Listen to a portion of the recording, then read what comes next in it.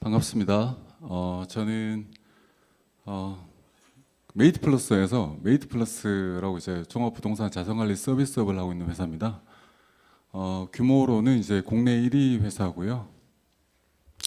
거기에서 저는 이제 물류부동산 쪽 이제 제가 담당을 하고 있고, 저희 회사에서 하는 일은 디벨로퍼가 개발하는 물류센터의 이제 사업금 매각이나 선매각, 그리고 실물에 대한 매각과, 그리고 뭐 그 창고 채우면은 임차인 채워야 되잖아요. 그래서 저희가 임차인들을 채워주는 역할, 그리고 이제 마지막으로 그 관리까지 하는 그런 회사입니다. 그래서 지금 저희 회사 직원은 한 450명 되는데, 그 중에서 물류 담당하는 직원들이 33명 정도 이렇게 제 밑에서 같이 근무하고 있고요. 그 여기 뭐 시행하시는 분들은 아마 없으실 것 같은데, 다 대부분 다 물류 쪽 연관된 분들이 많이 오셨을 거라고 생각이 되고, 부동산이 되게 요새 물류 부동산이 최근에 가장 많이 핫해졌잖아요. 제가 CJ 대한통운에서 제가 10년 근무를 하고 2015년 9월 달에 제가 메이트플러스로 이직을 했습니다. 이직을 하고 난 이후에 해가 다르게 물류 쪽 부동산이 핫해지고 있음을 현장에서 제가 직접 이렇게 실감하고 느끼고 있는데, 지금 펀드 리츠가 물류센터 매입한 개수만 따져도 약 한 220개 정도 지금 현재 매입을 했고요. 고속도로나 지방도 국도변에 있는 물류창고라고 보이는 그런 건물들은 대부분 다 펀드 리츠에서 매입했다라고 보시면 돼요. 그만큼 상업용 부동산 시장에서 오피스, 뭐 리테일, 호텔도 있지만 가장 핫한 게 최근에 물류였습니다. 그래서 최근에 뭐 요새 부동산 경기가 워낙 안 좋다 보니까 다들 뭐 걱정을 많이 하고 계시는데, 사실 이 자리에 서면서 제가 뭔가 확신을 좀 드려야겠다라는 말씀을 좀 드리고 싶어요. 그래서 제가 이 자리에 섰고, 많이 궁금해하실 거예요. 뭐 오늘 보니까 뭐 그 5대 금융지주에서 한 95조 원 해서 이제 뭐 지원하겠다고 하는데, 그만큼 이제 그 경기가 많이 안 좋은 것 같아요. 그렇지만 물류부동산을 어떻게 바라봐야 될 것인지에 대해서 제가 많이 그 고민을 하고 왔고, 이 자리에서 말씀을 좀 드리고 싶은데, 그 공급과 수요 부분 이제 발표를 할 거거든요. 뒷부분에 보면 나오는데, 사실 공급이 되게 많다라고 말씀을 하시잖아요. 근데 공급이 많다라는 부분은 수요가 어느 정도 받쳐주느냐 못하느냐 그 차이가 있는 것 같아요. 그래서 제가 저희 그 리서치를 통해서 조사한 결과를 가지고 앞으로 공급과 수요가 어떻게 될 것인지까지 제가 좀 말씀을 좀 드리겠습니다. 제가 준비한 자료는 물류부동산 시장의 주요 이슈와 향후 전망입니다. 순서는 국내 물류부동산 시장 동향과 주요 이슈, 그리고 최근에 이제 물류센터 구축 트렌드 뭐 이런 부분하고, 그 다음에 공급과 수요, 그리고 마지막으로 향후 이제 물류부동산 시장 전망에 대해서 말씀 좀 드릴게요.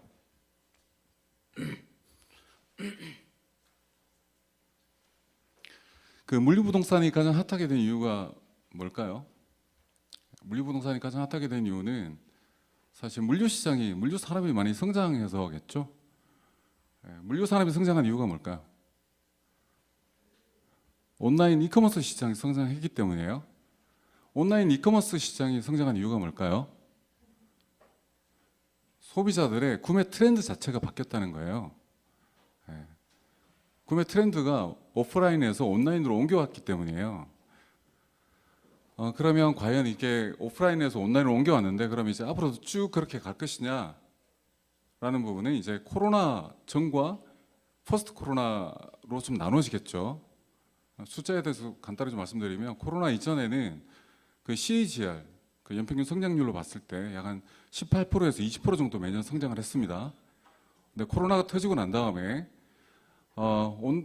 상온과 저온의 좀 차이는 좀 있긴 하겠지만, 저온 같은 경우는 40%씩 성장을 했었고요. 과연 그러면 포스트 코로나 이후에는 과연 몇 프로 성장할 것이냐? 저는 코로나 이전에 18에서 20% 성장한 그 성장세 있지 않습니까? 성장률. 그거 이상은 계속 성장할 것이다. 이렇게 저는 생각합니다. 왜냐하면 현장에서 체험하는, 제가 리징을 하고 있잖아요. 임대차 마케팅을 하고 있어요.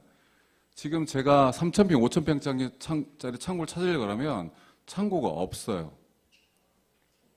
예, 공급이 과다하다고 말씀하시는 분 계시는데 창고가 없는 상황입니다. 보시면은 지금 이런 제가 앞단에서 말씀드렸지만 온라인 이커머스가 성장하게 된 이유는 생활물류 서비스 산업 자체가 커졌기 때문이에요. 예, 그래서 그 생활물류 서비스라고 하면 보이시는 대로 뭐 이제 그 다품종 소량 그런 제품을 취급하는 그런 상품이 많이 늘어났다는 거죠. 그렇게 해서 배송 빈도가 상당히 늘어났고, 그래서 그 라스트 마일 딜리버리가 되게 중요하게 됐고, 오프라인 예전에 홈플러스 같은 경우는 1원이라도 싸면은 뭐 보상해 준다라는 게 있었지만, 지금은 저는 이제 골프를 되게 좋아하는데 사실 뭐 쿠팡에서 제가 물건을 많이 구입하였거든요. 많이 구입하는데 쿠팡에서 물건을 살 때 저는 뭐 골프채가 뭐 50만 원이다, 52만 원짜리 쿠팡에서 사가지고 바로 로켓 배송되면 그 다음날 바로 받아볼 수 있으면 구입합니다. 여러분들 앉아 계신 분들도 대부분 다 그런 편리함 때문에 대부분 이제 그 이커머스를 이용한다고 저는 생각하고 있고요. 그 최근에 마켓클리도 최근에 신선식품 그 새벽 배송 하잖아요. 새벽 배송 하는데 그 업체도 마찬가지예요. 그 소비자의 구매 트렌드 자체가 이제 변화하기 때문에 거기에 선제적으로 대응한 업체들이 지금 물류 부동산 쪽, 특히 물류 쪽을 꽉 휘어잡고 있다고 보시면 될 것 같아요. 근데 그 시장이 이제 죽느냐? 제가 보기에는 그렇지 않다고 생각합니다. 최근에 이런 용어도 생겼죠. 버티컬 이커머스 플랫폼이라고 들어보셨어요? 작년에 가장 수요가 많았던 그 분야가 어떤 분야인지 아세요? 그 종합 쇼핑몰 있잖아요. 쿠팡 같은 그런 업체보다 오히려 인테리어라든지 식품이라든지 무신사 같은 그 단일 그 상품을 파는 그런 업체들이 상당히 물류센터를 많이 찾았습니다. 네, 그것처럼 버티컬 이커머스 플랫폼도 이제 앞으로 계속 성장할 것으로 좀 보여지고 있고요. 그래서 라스트 마일 딜리버리가 상당히 중요한 게 졌고요. 그러니까 뭐 아시는 내용들은 금방 스킵해서 넘어가겠습니다. 그러다 보니까 이제 쿠팡이라든지 마켓클리나 이런 유통업체들도 그 라스트 마일 딜리버리를 하기 위한 FC나 또는 MFC라고 하죠. 마이크로 풀필먼트 센터까지 최근에 많이 구축을 하고 있습니다. 제가 눈이 안 좋아가지고.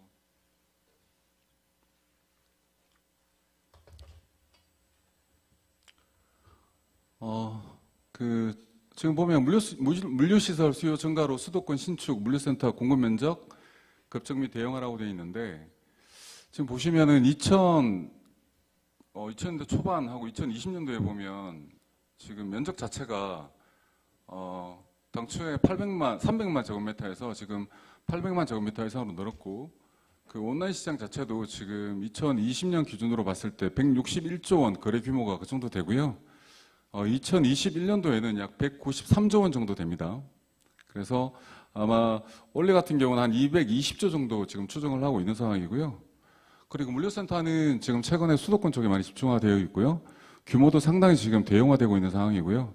규모가 이렇게 대형화되고 있는 이유는 단 하나입니다. 제가 용마로지스 어제 미팅을 하고 왔는데, 용마로지스도 3년에서 5년 안에 물류센터를 장기적으로 거점을 통폐합하려는 그런 계획을 가지고 있어요.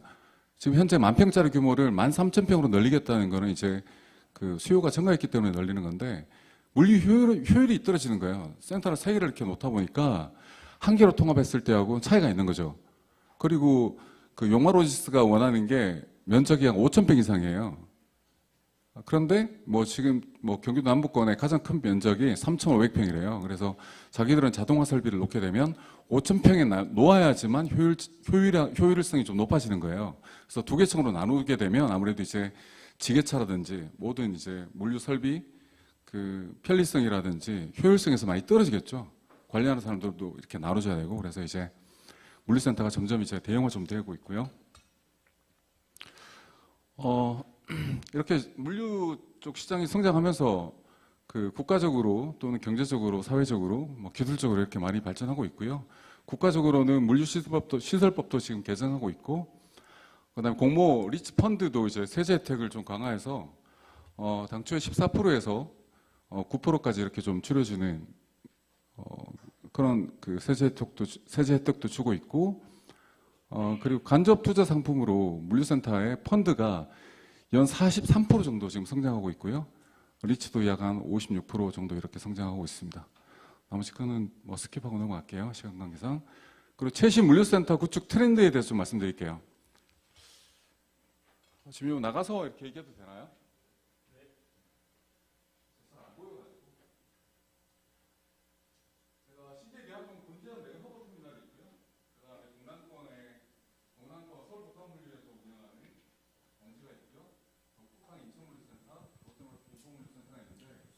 다 똑같습니다.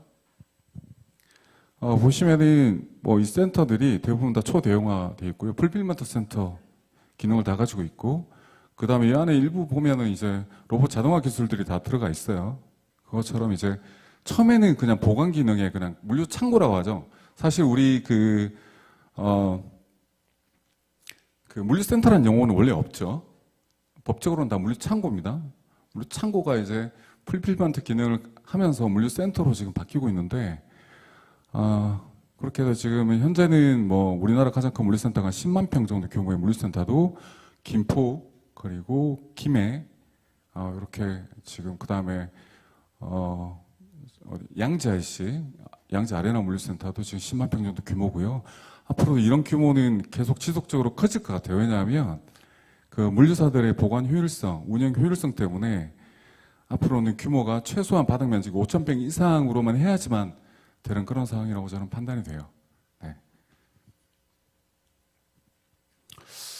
그리고 요거는 이제 그 MFC라고 마이크로 풀필먼트 센터라고 하는데, 보시면 여기 메시코리아 뭐 다 들어보셨죠? 바로고 구트럭.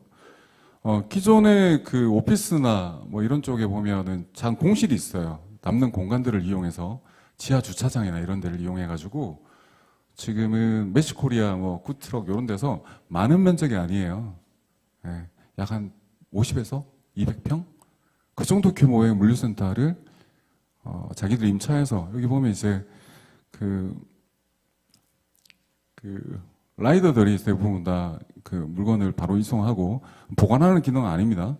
근데 이제 이것도 어느 정도 일정 규모가 되면 아무래도 주문량이 많은 것들은 거기에다 보관을 해서 바로바로 배송할 수 있도록 만들어 놓겠죠. 예를 들어서 뭐 가장 많이 이용하는 기저귀 같은 거 분명히 그렇게 좀 바뀔 거라고 생각하는데, 단 이건 부동산 측면에서 봐야 돼요. 사실은 임대료가 높아져야지만 이런 게 가능하거든요. 그래서 못할 가능성이 높고, 그 다음에 주유소를 이용한 뭐 쿠팡이 지금 현재 이용하고 있고, 메시코리아는 GS 칼텍스랑 지금 하고 있죠. 그리고 이마트, 나 롯데마트 같은 경우는 사실 오프라인 쪽 그 시장이 많이 죽다 보니까 여기 지하에 일부 공간을 지금 물류센터로 활용하고 있습니다. 그 다음에 물류부동산 공급 분석에 대해서 좀 말씀드릴게요. 자, 국가물류비는 연평균 성장률이 약 한 4.75%씩 이렇게 성장을 매년 하고 있습니다. 뭐 이렇게 된 이유는 뭐 위에도 나와 있지만 뭐 국제 교육이 좀 활발하게 움직이고 있고, 그 다음에 그 3PL 시장, 국내 온라인 시장이 계속 성장하고 있기 때문에 물류비도 지금 계속 가파르게 상승하고 있고요. 여기 보시면 그래프를 한번 보세요. 보시면은 여기 인터넷 쇼핑, 모바일 쇼핑 있지 않습니까? 자, 그 온라인 쇼핑을 크게 두 가지로 나눠요. 인터넷 쇼핑하고 모바일 쇼핑으로 나누는데, 모바일 쇼핑이 2016년도에 역전을 했습니다. 네. 그 이후부터는 계속 가파르게 상승을 하고 있죠. 그리고 여기 보시면 이제 인터넷 쇼핑 같은 경우는 거의 뭐 비율이 일정합니다.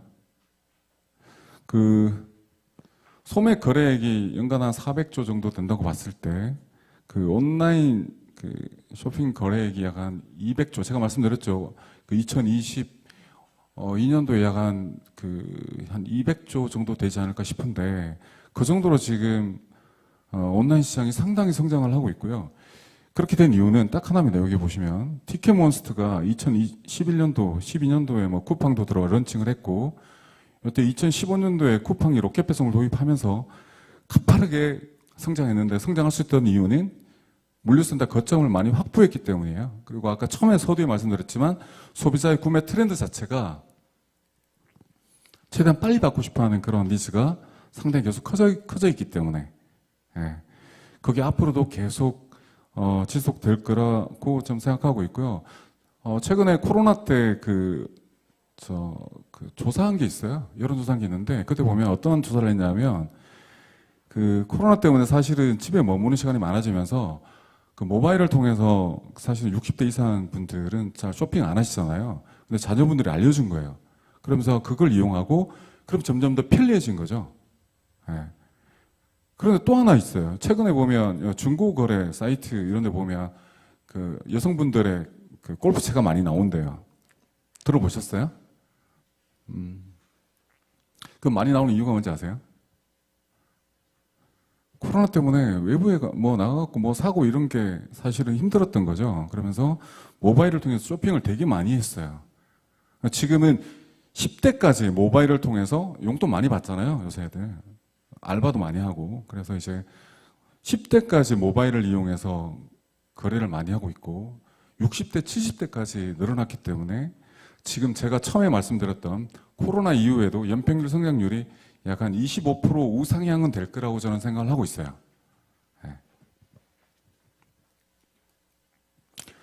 택배 시장은 뭐 연평균 성장률이 한 13% 정도 되고 그 중에서 가장 많은 게 이제 대한통운이 되고요. 그리고 3PL 같은 경우도 지금 그 미국 같은 경우는 3PL 점유율이 물류시장에서 3PL 점유율이 약 한 78% 정도 되는데 국내 같은 경우는 68% 정도 돼요. 갭이 한 10% 정도 차이가 나는데 사실 물류센터 그 임차 니즈는 가장 많은 게 3PL이에요. 3PL 수요가 가장 많아요. 왜냐하면 3PL 시장은 대부분 뭐 3자 물류 대행하는 거잖아요. 근데 초기에 특히 온라인 쪽 3PL 시장이 상당히 성장하고 있는데 무신사 같은 경우는 최근에 제가 한 4년 전에 그 동남구 쪽에 8,000평 임차한 거 아시죠? 그런데 불과 1년 만에 10,000평을 얻었고요.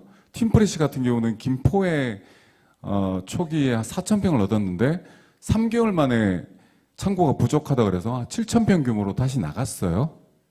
그것처럼 온라인 쪽 상온이나 저온 시장이 상당히 지금 크게 가파르게 성장하고 있습니다. 네. 뭐 이건 누적 공급량인데요. 이거는 뭐 스킵하고 제가 넘어갈게요. 대형이 좀 많아지고 있다는 얘기고요. 캡레이트 좀 말씀드릴게요. 부동산 하시는 분들은 이거 캡레이트라고 하면 대부분 다 아는데, 여기 보시면은 써놨죠? 순영업 소득, NOI를 자산 가격으로 나눈 값으로 현재 자산의 가치를 파악하기 위해 사용되는 할인율이라고 합니다. 그래서 그 분자에는 이제 순영업 소득, 간단하게 말씀드리면 임대 수익이 얼마냐. 그 밑에 분모에는 매매 가격이 얼마냐예요. 그래서 이게 그렇게 나눴을 때 뭐 간단하게 얘기하면 이제 점점 이렇게 숫자가 낮아진다라고 하는 거는 매매 가격이 높아진다는 거겠죠. 분모가. 예. 같은 건을 거래하더라도 가격이 점점 높아지는 거예요. 경쟁이 심화된다는 거죠. 예? 순영업 소득은 똑같은데. 그러니까 제가 말씀드렸지만 자산 운용사들이 2015년 이후부터 물류센터를 엄청 경쟁적으로 샀어요. 왜 샀는지 아세요? 여기 제 대학원 동기도 계시지만 오피스 리테일 쪽, 호텔 쪽의 수익률이 상당히 많이 떨어졌어요. 2015년부터. 그러면서 대체 부동산으로 가장 앞으로 그래도 성장성이 있고 관심 많을 곳이 어디냐라고 했을 때 물류였어요. 지금 뭐 ID 센터도 지금 보고 있죠. 네, 그래서 그 물류가 핫해졌고요. 그 이후에 경쟁적으로 사실 이때는 뭐 공급도 많지 않았고 수요는 팽창했으니까 계속 이렇게 내려왔습니다. 그래서 2021년 3월 달에 평택의 아디다스 물류센터 같은 경우는 캡레이트 3.5%에 거래가 됐어요. 이건 이제 평균이고요. 물류가 4.4%로 돼 있는데 3.5%에 거래가 됐어요. 오피스도 3.5%에 거래된 경우가 거의 없거든요. 네, 없는데 물류가 3.5%에 거래가 됐고 미국이나 유럽 같은 경우도 최근에 이제 물류 쪽이 뭐 아마존이라든지 이런 그 대형 물류사들이 들어가 있는 경우에 또 유통사라든지 들어가 있는 경우에 캡레이트가 오히려 더 낮아졌습니다. 인기가 더 많다는 얘기죠. 요거는 뭐 뭐 새벽 배송에 대한 얘기인데 그때 2015년도에 약간 마켓컬리가 출범해서 한 100억 원 정도 매출이 있었고요. 마켓컬리가 제가 간단하게 좀 말씀드리면 제가 2018년도에 마켓컬리 김슬아 대표를 제가 만났어요. 창고 필요하다고 하더라고요. 그래서 얼마 쓰고 있냐 그래서 동남권에 8,000평 쓰고 있대요. 근데 얼마 필요한데요? 그랬더니 47,000평이 필요하대요. 47,000평이. 그래서 어디다 둘 거예요? 그랬더니 용인 쪽이면 좋겠어요. 그래서 제가 용인 남사물류센터를 소개시켜 줬고요. 그 친구들이 새벽 배송하잖아요. 아침에 새벽 4시에 차를 40대를 그 센터에 가지고 와서 동시에 자기들 이제 어차피 B2C 하는 거니까 각 가정에 이제 배달하는데 시간이 얼마나 걸리는지 체크를 하더라고요. 걔들이 필요한 시간이 소요 시간이 40분. 예, 그래서 사원 같은 경우는 사실은 뭐 1시간이나 1시간 20분 이내에 배송하면 상관없지만 마켓컬리 같은 경우는 40분 정도를 잡더라고요. 그래서 하루에 뭐 이제 그 배송 차량, 1톤 차량 한 대가 그 배달해야 되는 가구수가 있을 거 아니에요? 예, 40분을 잡더라고요. 그래서 저온 같은 경우는 수도권에서 40분 이내, 특히 이커머스 저온 같은 경우는 구축이 돼야 됩니다. 안 그러면 경쟁력이 떨어집니다. 그 쿠팡 뭐 로켓프레시가 있고요. 샛별 배송, 뭐 SH도 하고 있는데 보시면은 여기 지금 마켓컬리가 그 수도권에 지금 장지동에도 있고 김포에도 있고요. 어쨌든 제가 김포 갔다 왔는데 김해에도 지금 물류센터 들어가고요. 그 다음에 아마 경산이나 그 대전 쪽에도 아마 들어갈 거예요. 네, 들어갈 것으로 좀 생각하고 있고요. 요게 제가 보통 제가 조선일보하고 환경 강의를 제가 나가는데 그때 가장 제가 뭐 가서 이제 강의하는 주요 내용은 뭔가 하면 입지에 대한 부분이에요. 뭐 오피스 리테일도 마찬가지지만 모든 건 다 입지로 통합니다. 제가 이 외 장표를 뒷장에도 있는데 이 장표를 가장 중요하게 생각합니다. 물류 디벨로퍼 하시는 분들은 잘 모르세요. 자, 인천에 물류센터가 약 한 200만 평이 공급이 돼요. 그게 임차가 될까요? 제가 디벨로퍼들한테 개발하시는 자산 운용사들한테 하지 말라 그랬어요. 왜냐하면 저는 임차를 해봤기 때문에 인천에 2016년도에 마케팅을 해봤어요. 근데 임차 수요가 없었어요. 근데 왜 이렇게 많아지는지는 아시죠? 인천 쪽에 용인, 이천, 덕평, 안성 쪽에 물류센터 개발할 수 있는 땅이 없는 거예요. 계획관리 지역이.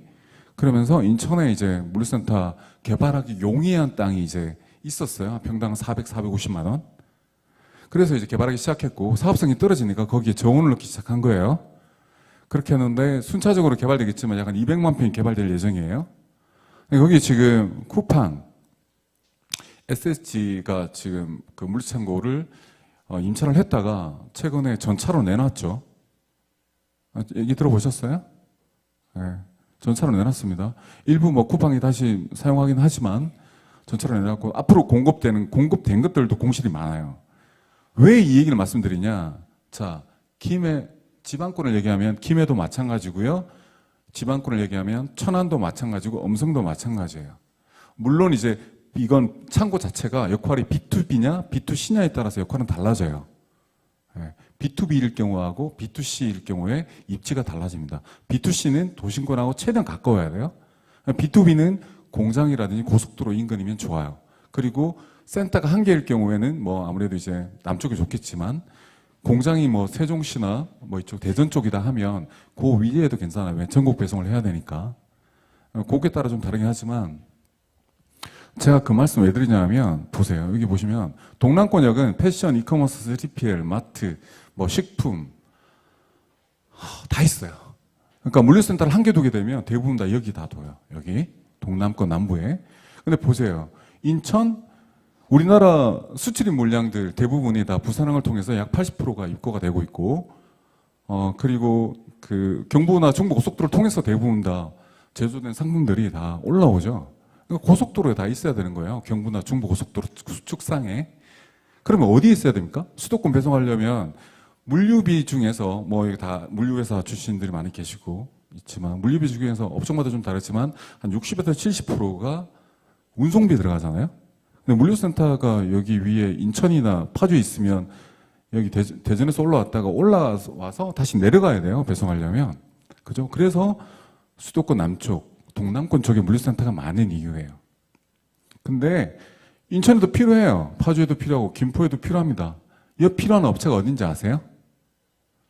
여기 보시면은 패션, 3PL, 뭐 원자재, 자동차 패션 업체들은 여기 필요 없어요. 물론 필요하긴 하겠지만 니즈가 많이 없다는 얘기예요. 여기 인천이나 파주, 김포, 남양주 쪽에 필요한 업체들은 여기 보시면 이커머스나 3PL이라든지 그 다음에 유통업체들 일부만 필요한 거예요. 네. 그러다 보니까 동남권의 공급량이 100만 평 돼도 충분히 수요가 있지만 인천권역이나 김포나 파주 쪽에다가 또는 남양주에다가 100만 평이 들어가면 안 된다는 거예요. 그만한 니즈가 없다는 거예요. 그 부분을 알고 개발을 했어야 되는데 지금 개발이 돼가지고 지금 상당히 지금 인천 쪽은 어렵습니다. 향후에도 계속 좀 어려울 것으로 좀 생각되고 있고요. 여기서 궁금한 게 있으세요? 짧게 한 질문만 받을게요. 네.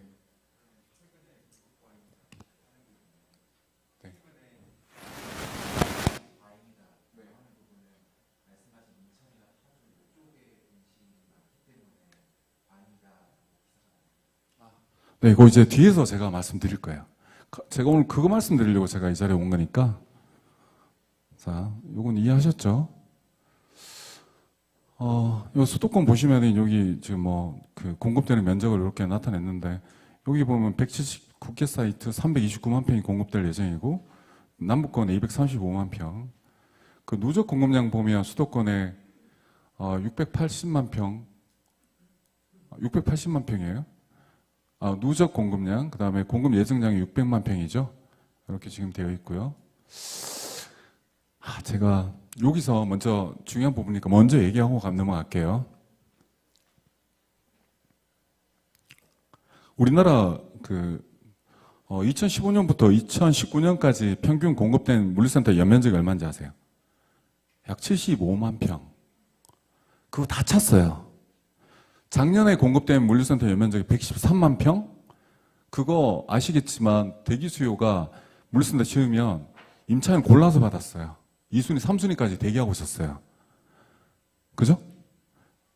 그러니까 그만큼 최소한 70만 평에서 100만 평 사이는 니즈가 있는 거예요. 온라인 시장이 매년 20%씩 성장하잖아요. 저거는 40%씩. 그럼 온라인 쪽이 예를 들어서 거래액이 20% 늘어난다고 해서 물류센터가 20%가 더 필요하지 않아요. 왜냐하면 걔들은 좀 더 효율적으로 보관을 할 거니까. 물류센터를 좀 더 효율적으로 돌릴 거니까. 그래서 물류센터는 뭐 20% 성장하더라도 한 15% 이렇게 성장하겠죠. 저거는 더해요. 40% 성장하지만 저거는 보관 물량이 거의 없어요. 이커머스 쪽은 대부분 물건 들어오자마자 바로 나가요. 크로스타킹 돼서 바로 나가요. 그렇기 때문에 사실 보관 물량이 없는 거예요. 네, 특히 저건 이커머스 유통 같은 경우는. 네. 근데 40% 성장한다고 해서 그게 뭐 물류센터가 뭐 아까 얘기했죠. 상호는 15%라 했지만 30% 필요하지 않아요. 네. 근데 공급은 많이 됐죠. 네. 그래서 보시면은 이제 동남권 쪽이 많고 남북권도 많은데 보세요. 서부권이 문제예요. 서부권은 다양한 업종들이 선호하는 입지가 아니에요. 그런데도 지금 물류센터가 지금 많이 지어지고 있죠. 인허가서 공사 많이 되고 있어요. 그래서 지금 PF 대가 공사 많이 되고 있는데 좀 많이 어려울 것으로 좀 생각되고 있고요. 자, 연평균 75만 평 정도가 공급이 됐는데 여기 보시면은 공급 예정량이 600만 평이에요. 돼 있죠? 건축 인허가 기준입니다. 인허가 받은 게 600만 평이에요. 인허가 받았으면 PF 해서 아마 굴러가고 있는 거예요. 인허가 받은 거예요. 받았는데, 자, 그러면 착공이 됐느냐 안 돼가 중요하잖아요. 착공이 됐으면 PF가 됐다는 얘기잖아요. 착공이 된 게 몇 프로인지 아세요? 600만 평 중에서 몇만 평?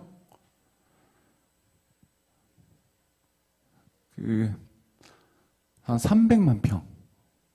네. 약간 한 300만 평. 여기 착공허가 여기 있네. 제가 잘못했네요. 착공허가 득한 게 257만 평. 몇 프로인지 아세요? 한 40% 정도 돼요. 그럼 요거를 보통 물류센터 짓는데 3년 걸려요. 3년. 최소 그죠? 그죠? 건축 인허가 받고 3년 보통 걸려요. 2년, 3년.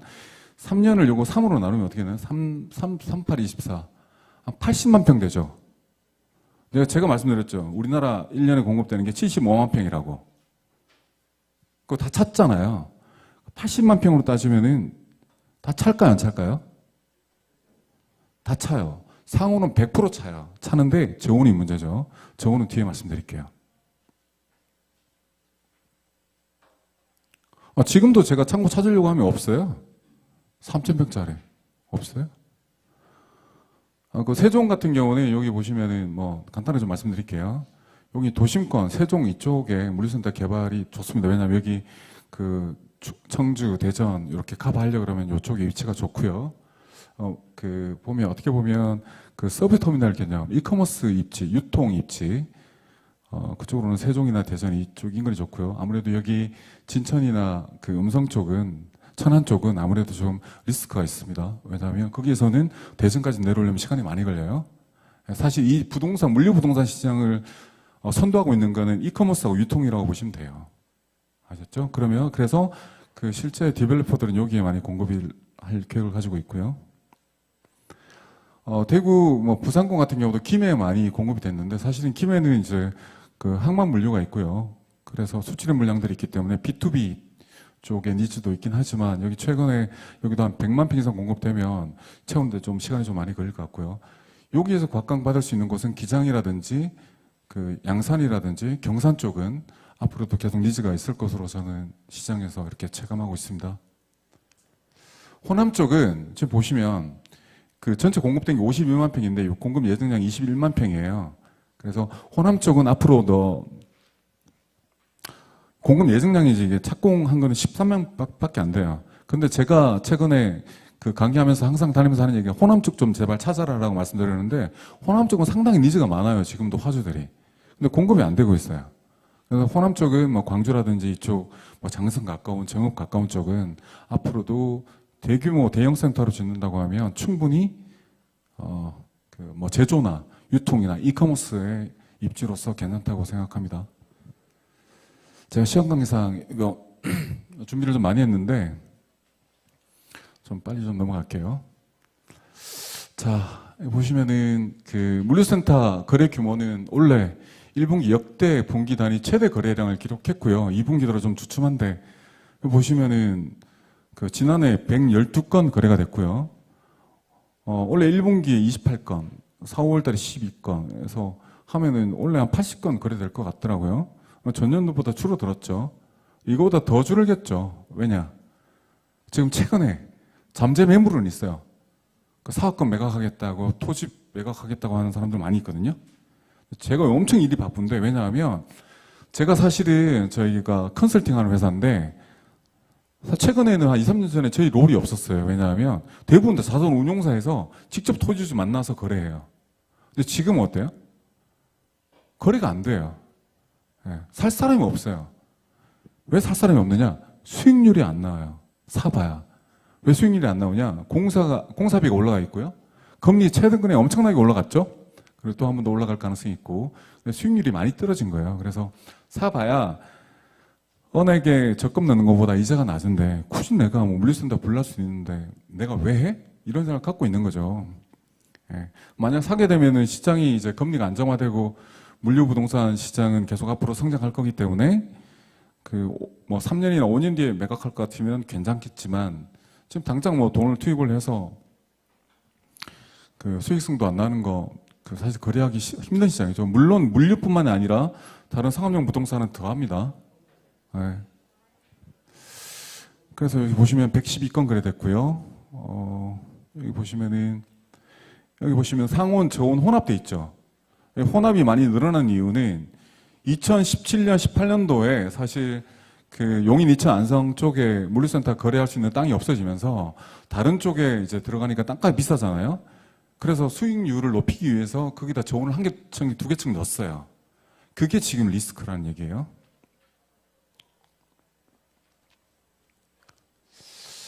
캡레이트도 이렇게 4.46% 정도로 지금 이렇게 떨어지고 있는데 향후 금리 상승으로 이제 캡레이트가 상승될 것으로 지금 얘기하잖아요.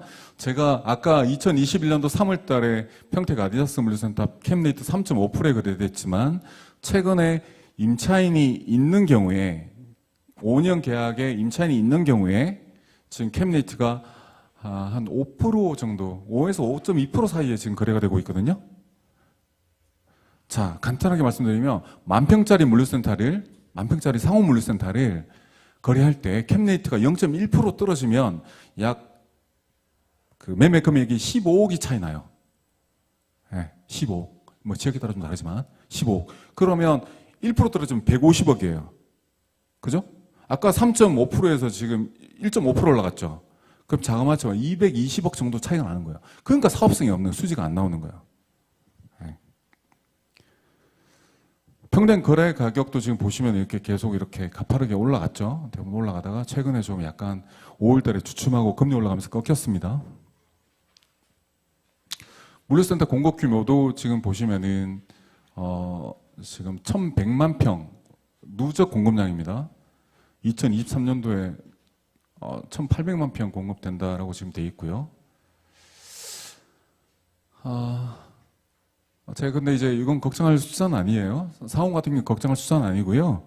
저원 같은 경우는 약간 그 우려스러운 부분이 없지 않아 좀 있는데, 제가 원래 준비한 자료에는 원래 있었는데 2015년도에 저온시장 거래액이 4조였어요.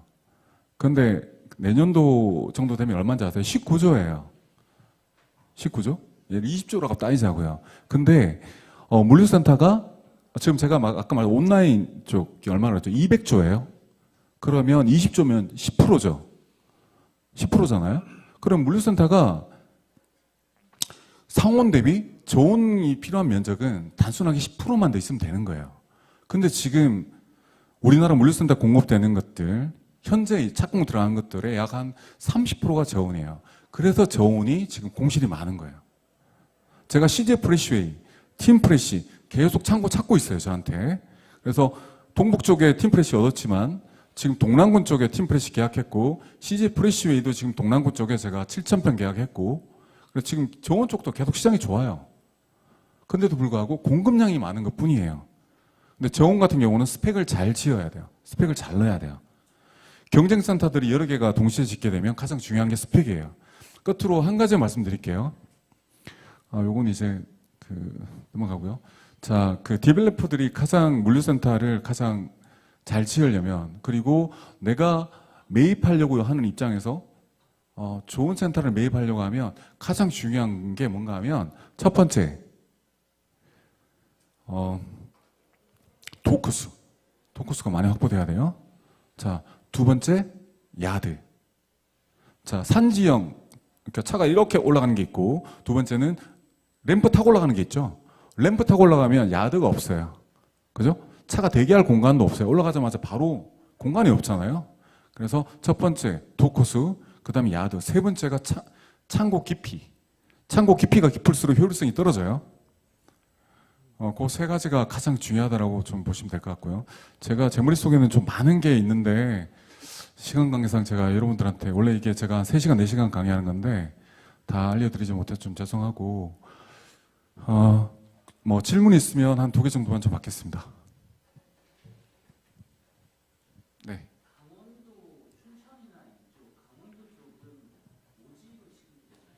네.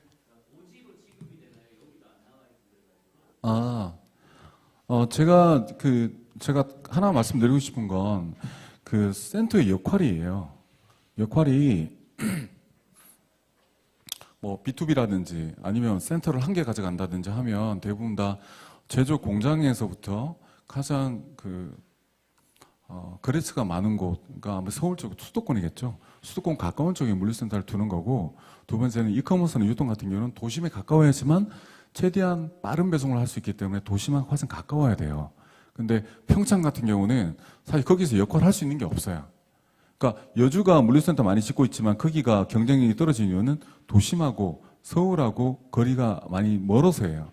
그래서 원주에다 물류센터 짓겠다고 하면 거긴 안 돼요. 자, 근데 오히려 강원도 쪽에 넘어가서 강릉이나 뭐 이쪽에다 물류센터를 예를 들어서 3만 평짜리 이렇게 짓겠다고 하면 저는 괜찮습니다라고 저 말씀 좀 드리고 싶어요. 왜냐, 공급이 안 됐기 때문에. 네. 자, 한 가지만 더 받을까요? 네.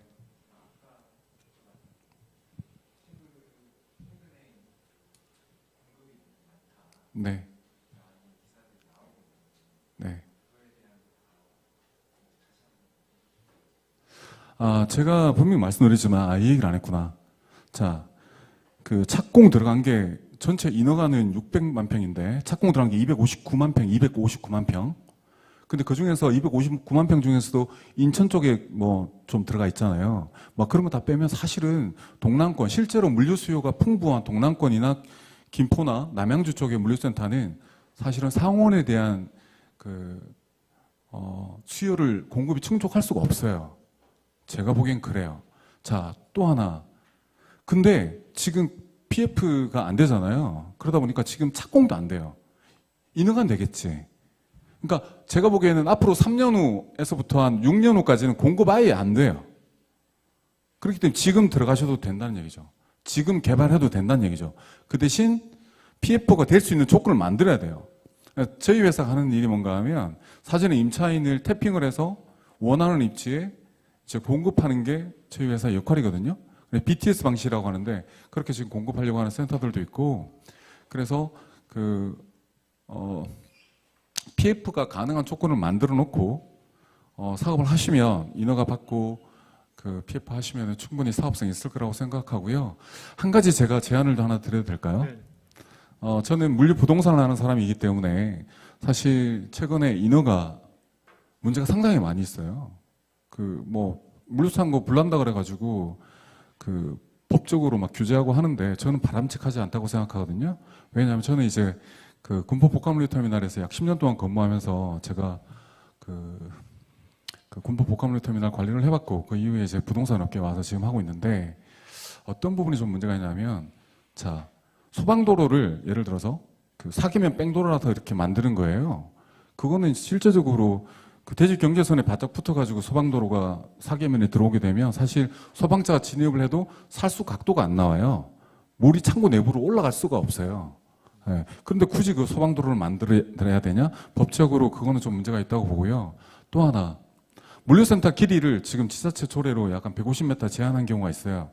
근데 제가 아까 말씀드렸지만 용말 오지스 같은 경우는 물류센터 한 층 면적이 5,000평이 필요한데 그 3,500평씩 해서 1,500평 쪼개서 임차하게 되면 효율성이 떨어지잖아요. 국가에서 물류산업 자체를 이렇게 장려하려고 하면 사실 물류 부동산의 규제 자체도 과감하게 좀 풀어야 되는데, 사실 화재가 문제가 된다고 하면 이렇게 길이를 줄이는 이유는 이제 화재 때문에 그렇거든요. 대형화되는 걸 막기 위해 하면 사실은 저는 소방 설비나 건축법을 강화해서 그걸 풀어야지, 건물 자체를 줄여서 만약에 한다고 하면 그거는 물류산업 발전에 역행하는 그런 제도라고 생각합니다. 네. 네, 감사합니다. 지금까지 막연히 생각했던 유통 물류 산업의 변화하고 물류 부동산 시장의 상관관계에 대해서 굉장히 새로운 시각을 얻을 수 있었던 좋은 기회였던 것 같습니다. 지금까지 나왔었던 질문의 수를 비해 봐도 굉장히 흥미로웠던 강연이었습니다. 지금까지 수고해주신 노정 사모님께 큰 박수 부탁드립니다. 혹시 개인적으로 궁금한 게 있으시면은 창고가 필요하시거나 창고를 짓고자 하시거나 뭐든지 괜찮습니다. 저희 회사 컨설팅하는 다양한 분야에 있기 때문에 질문해 주시면 제가 성실하게 답을 드릴게요. 네, 감사합니다.